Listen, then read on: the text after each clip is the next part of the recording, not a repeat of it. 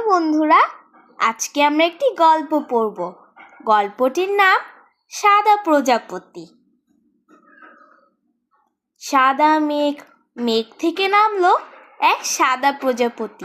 তারপর উড়তে শুরু করলো। উড়তে উড়তে নদী পার হলো, বন পার হলো, মাঠ পার হলো।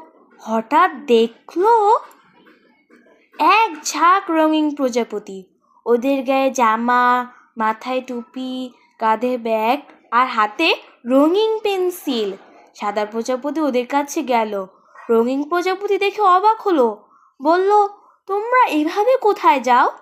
রঙিন প্রজাপতিরা বলল, আমরা স্কুলে যাই, তুমি যাবে? সাদা প্রজাপতি বলল, হ্যাঁ, আমিও যেতে চাই।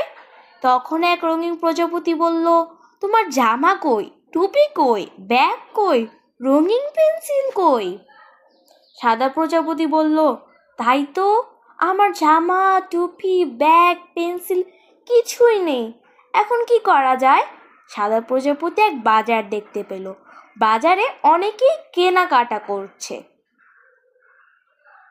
সাদা প্রজাপতি জামার দোকানে গেল।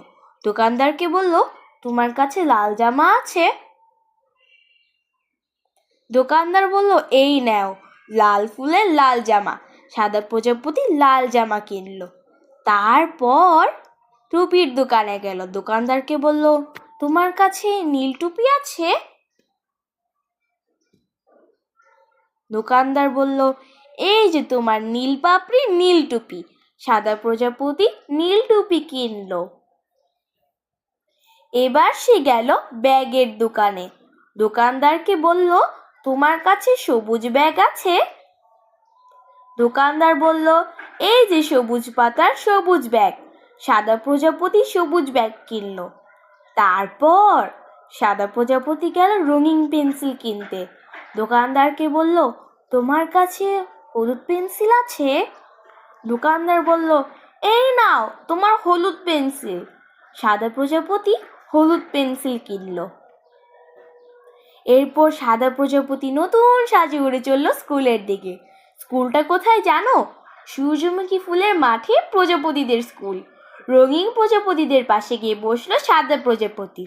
তারপর প্রজাপতিরা ফুলে ফুলে গান গাইতে লাগলো, দুলে দুলে। শিশুদের বিভিন্ন রঙের সাথে পরিচয় করানো এবং বিদ্যালয়ে যাওয়ার প্রস্তুতি সম্পর্কে ধারণা দেওয়াই হলো এই গল্পের মূল বিষয়।